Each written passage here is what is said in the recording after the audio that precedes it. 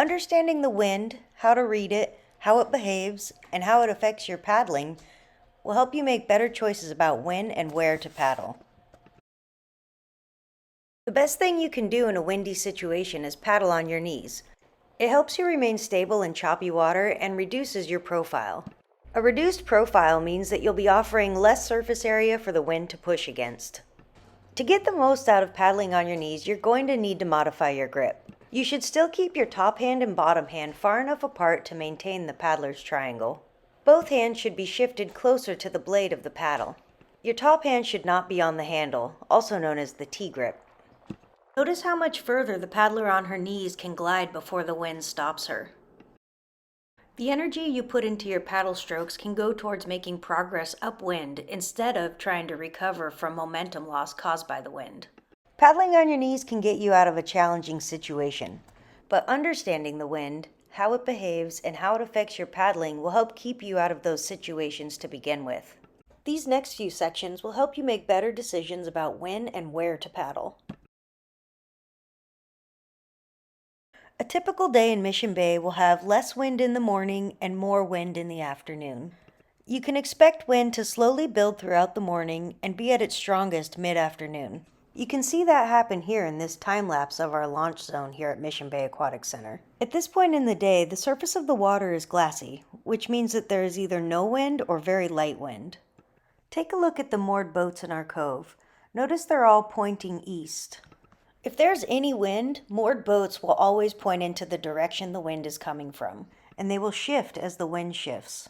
Right here, the moored boats begin to turn south.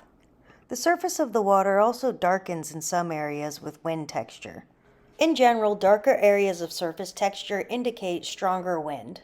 That was a short-lived burst of wind from the south, but it's a good indicator that the wind is beginning to shift to its prevailing direction, which is from the west. As the wind builds and becomes more consistent, you'll see a more uniform surface texture develop across the cove. You'll also notice a lot more sailboats taking off from our launch area.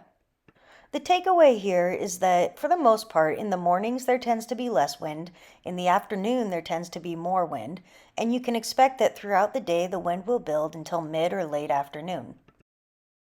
That doesn't mean paddlers can't have a good experience on the water in the afternoons. They just need to be a little more strategic about where they choose to paddle. That means picking areas that are protected from the wind.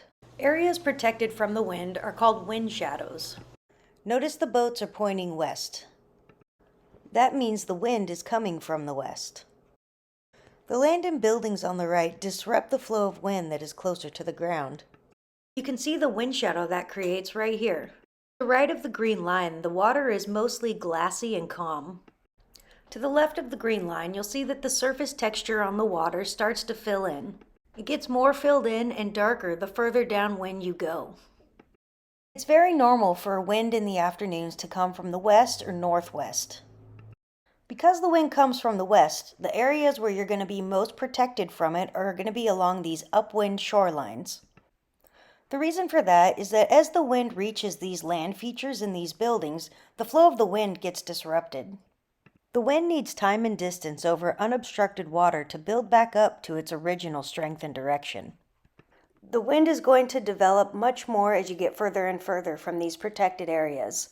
One side of the bay is going to be a lot stronger and choppier than the other. Let's take a look. This section of the bay is in a wind shadow. It's calm and glassy because it's protected from the wind. This is the same day, the same time, and the same wind. The water is choppy and you can feel the wind pushing against you. This spot is directly downwind from that wind shadow in Santa Barbara Cove. These much less pleasant conditions are the result of the wind building back up over unobstructed water. Our final tip is check the forecast and make a plan based on what you now know.